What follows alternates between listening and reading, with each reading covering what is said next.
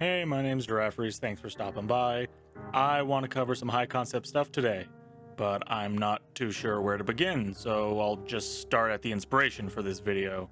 See, I come from a large redneck family, a clan, you could say, where the majority has experimented with hardcore drugs, and suddenly my obsession with giraffes is pretty normal. What's good? These are my boys. I got some like cheap store-bought ones. Those ones are from Africa, but they're also probably just like cheap store-bought ones. These are the gloves I carried my grandfather's casket with. That's a drawing my great uncle made for me on his deathbed. He's freaking real for that. That's my favorite one. My aunt got me that on a safari to Africa she went on. I don't know how many rhinos she killed though. We recently had a health scare related to a cousin who's been using hardcore drugs for 30-ish years. I won't go into that. But yeah, the family is down in the dumps, a generally melancholic air. My solution has been what I call sad boy times, where I put on my certified mood playlist. I'm talking Barry Manilow, Sinatra, Beach House, a little Butthole Surfers, but maybe that's just me.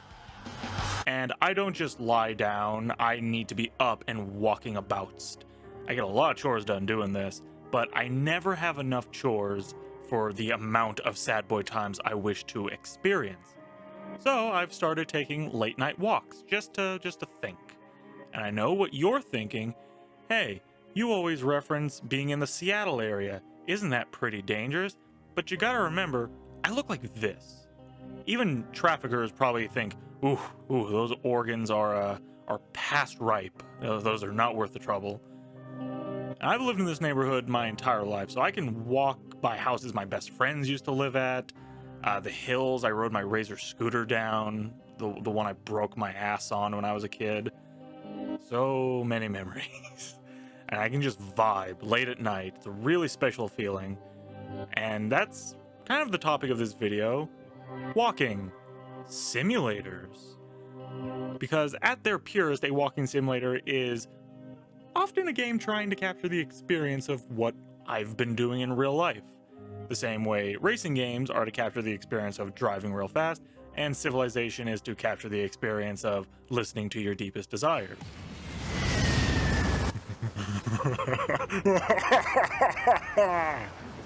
Walking simulators are a weird genre.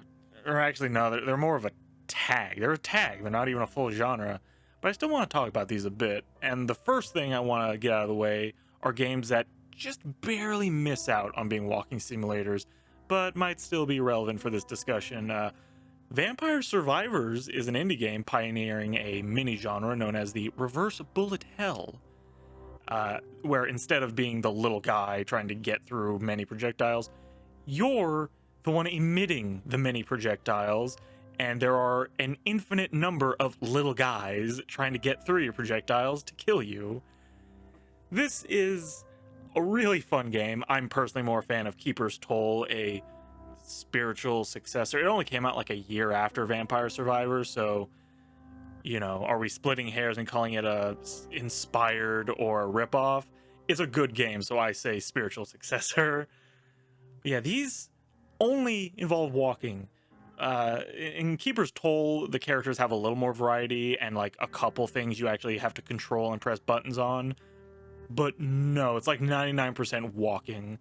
It scratches a similar itch to like Call of Duty Zombies, just weaving through these massive hordes.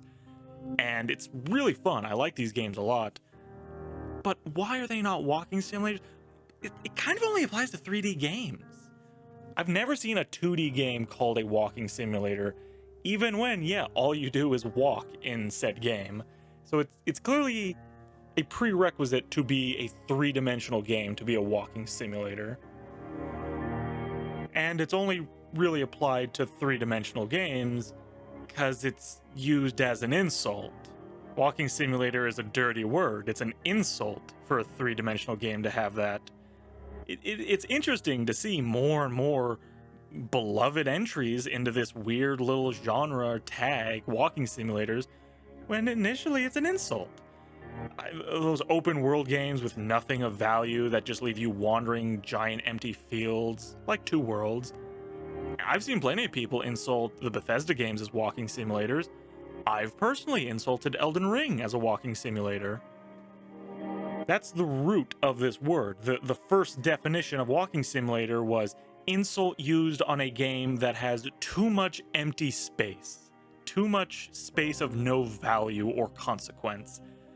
And now it's a genre that games will proudly display. You can click on the little tag on Steam and see all these games that are so happy to be called walking simulators.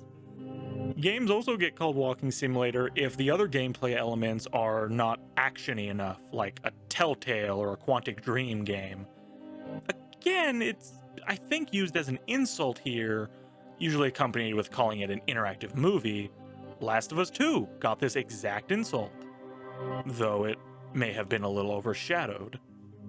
When a game doesn't have gameplay outside of QuickTime events and dialogue choices, things that are, not very engaging from a fingers on the controller standpoint, it's pretty easy to say, yeah, walking is all you do in the game.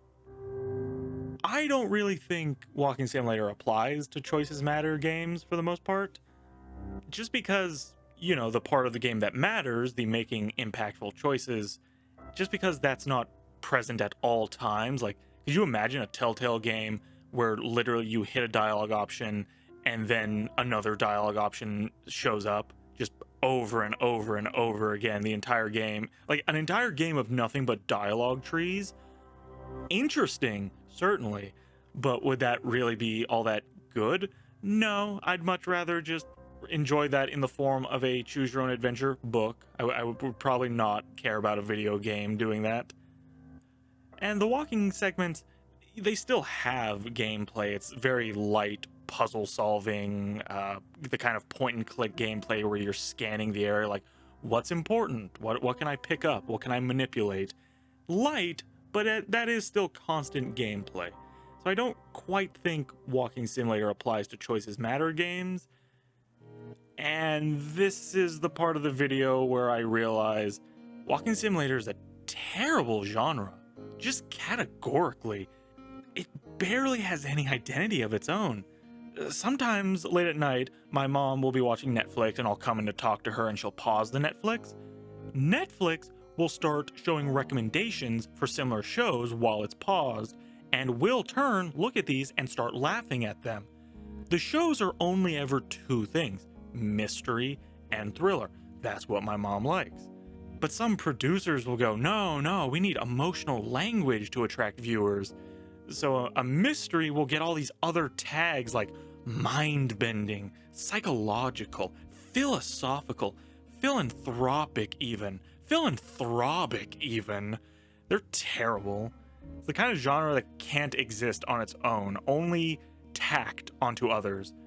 It also weirdly makes me think of passing a school bus. Stay with me on this. So passing a school bus, you've all been there. It says unlawful to pass when lights are on, which is true. But unlawful doesn't mean illegal.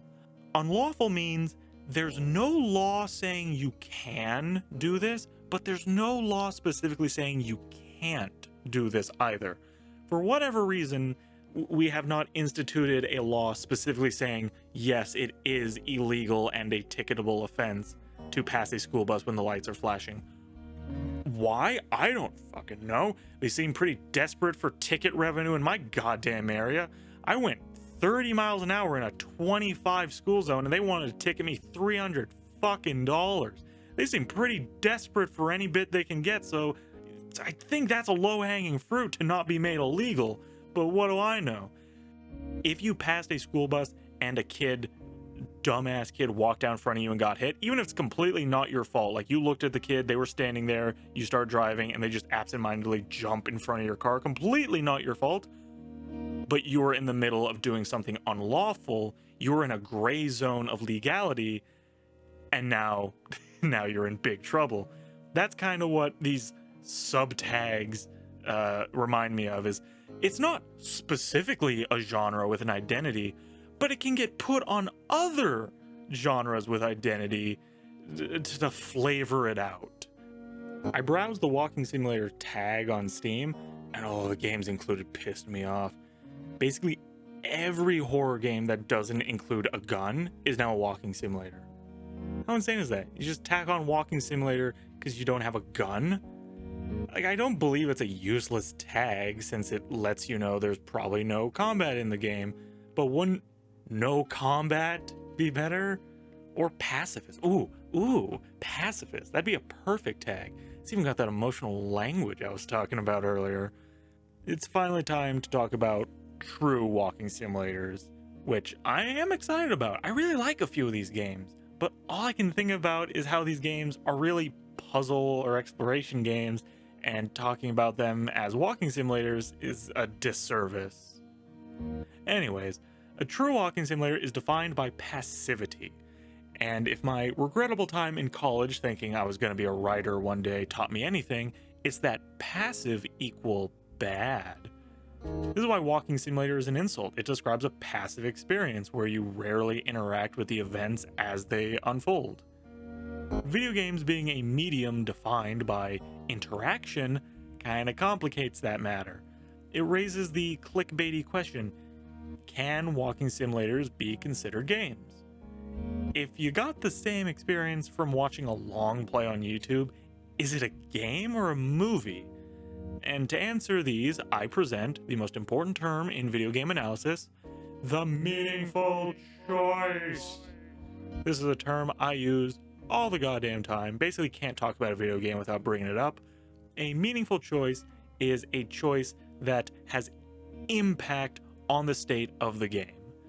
There are a lot of things you do in a game you don't realize are a choice, per se. Like pressing a button versus not pressing a button, that is a choice, and thus meaningful choices include every button press, every movement on the stick, and it's just a measurement of, does that choice, does that control over the game really impact the game's state in any way?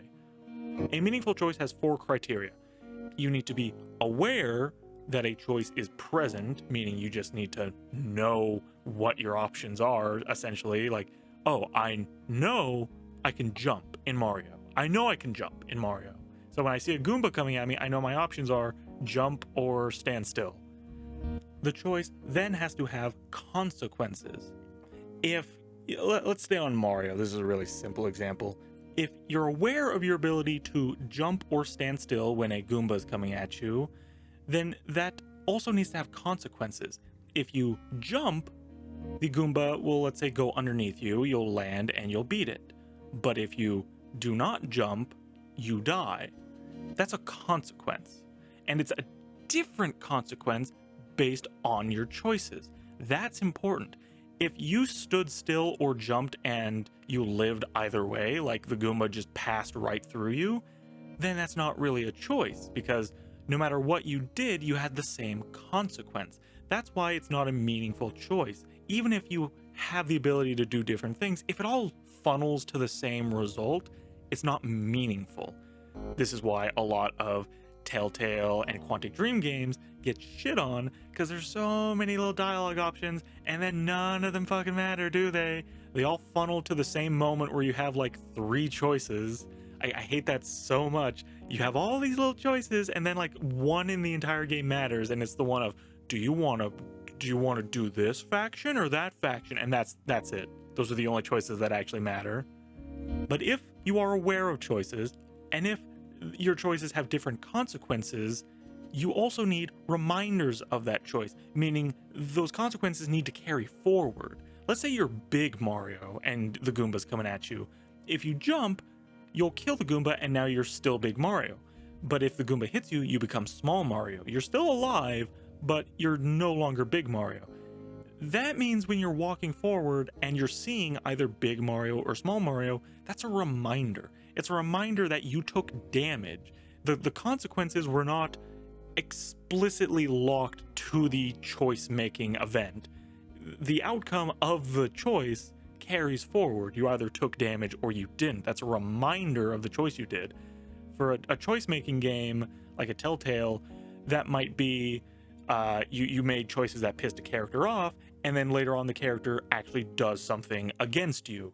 And if your choices are what led to that character betraying you, let's say, and otherwise they wouldn't have betrayed you, then that's a reminder that you pissed this guy off earlier. And finally, it's simply permanence. It's a permanent decision. You can't rewind and go do it again.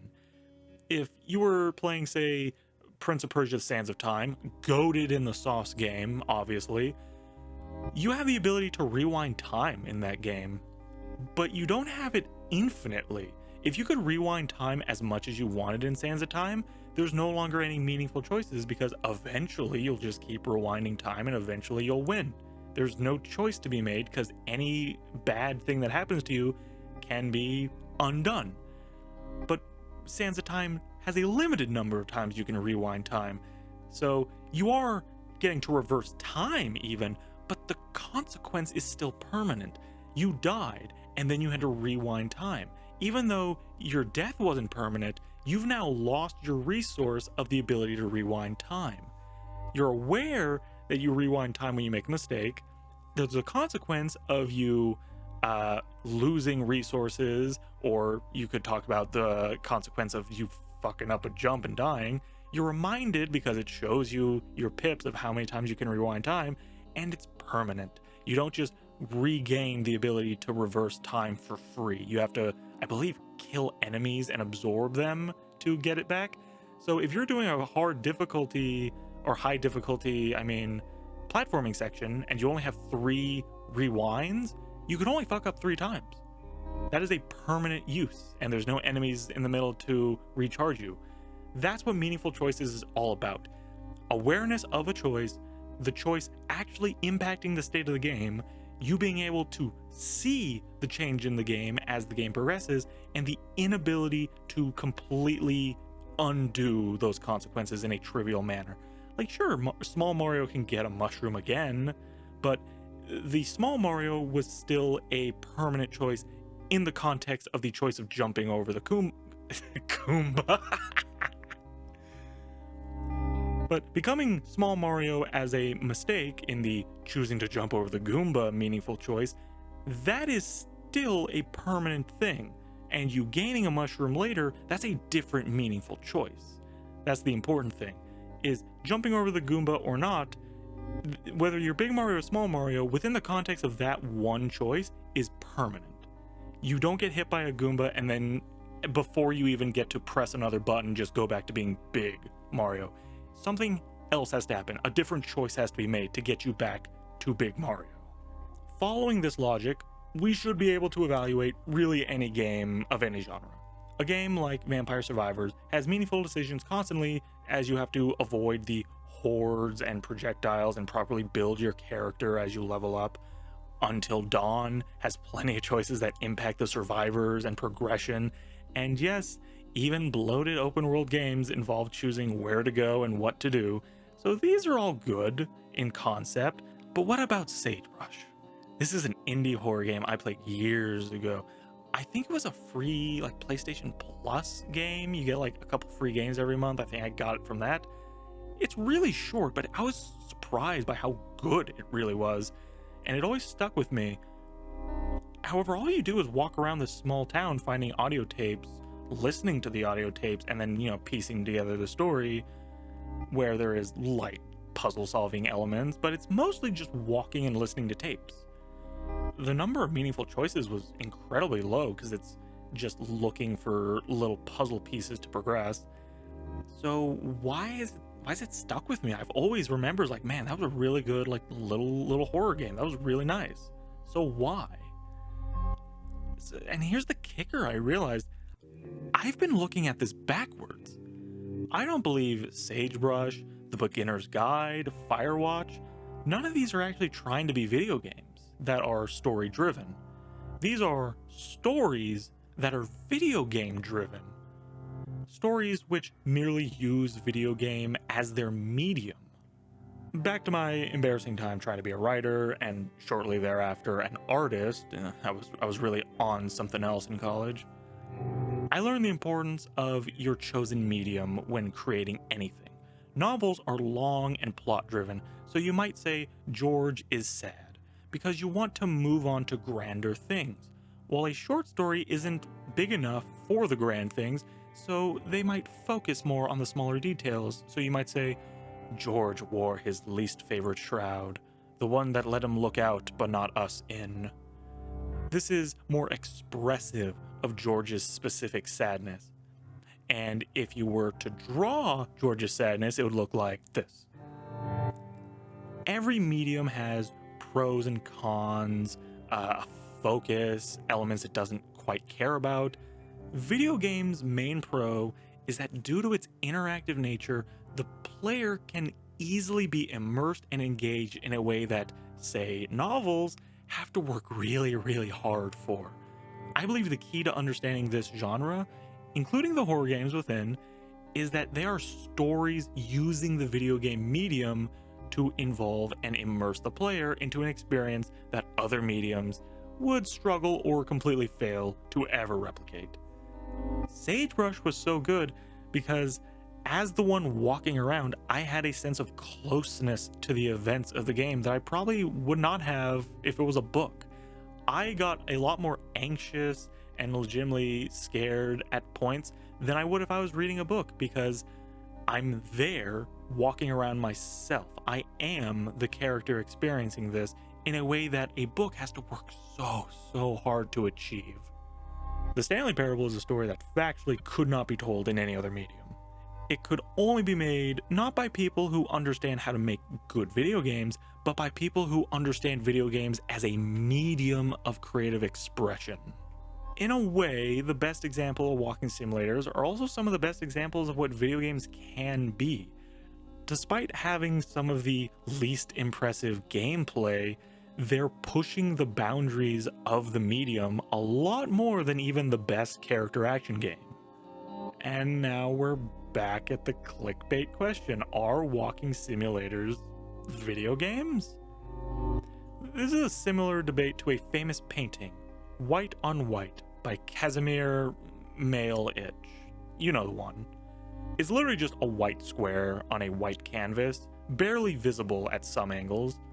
This work has been quoted as representing the ideas of floating, moving forward, and the infinite potential of painting as a medium. But it is also basically a blank canvas. So whether paintings like this can be considered art, or if walking simulators can be considered games, maybe these are questions that don't need to be answered, and maybe that's okay. No, I'm gonna answer that shit, come on. Look, realism, expressionism, surrealism, even minimalism, they're just tools an artist can use when they need to express or represent events and ideas. The artist has to use the tools to make something spectacular. The Male-Ich guy certainly did not. The team behind Soma? Oh, most definitely. Despite having almost nothing to do with the topic at hand, my conclusion is that avant-garde art is still terrible and only used for money laundering and tax evasion, but walking simulators are video games. Even this whole meaningful choices metric is just a tool, and if a developer chooses not to use it because they can make what they want with their other tools, have at it, go for it.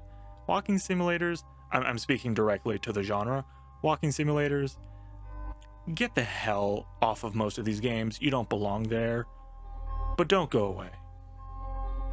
I'm not getting Death Stranding 2 though. First one sucked. Thanks for making it this far. If you like the video, a like and subscription mean a lot, and if you don't like it, well, why the hell not? You better comment and tell me. Anyways, take care. Well, actually, press B. Press B. Oh yeah, the light comes on, and it makes this nice ting. Right, a ting noise. You guys ting. There, look, ting. That's it. That's it? Yeah.